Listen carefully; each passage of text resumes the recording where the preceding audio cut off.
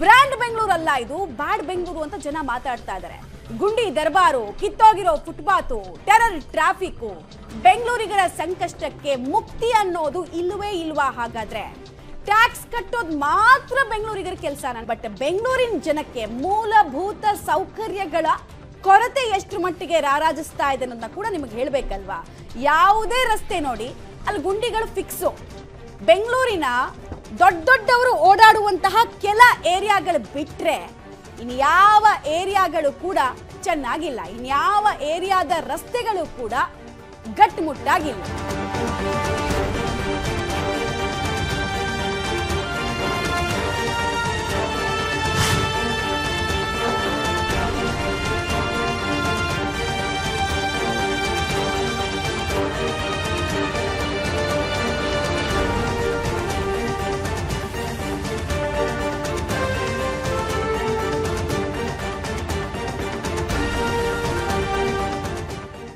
One year 2 year 3 year ಈ ಬೆಂಗಳೂರಿನ ಮೇಲ್ಗಡೆ ಇರೋಂಥ ಭಗವಂತ ಕೆಳಗಡೆ ನಡೆದಾಡಿದ್ರು ಏನು ಮಾಡ್ಲಿಕ್ಕೆ ಸಾಧ್ಯ ಆಗುದಿಲ್ಲ.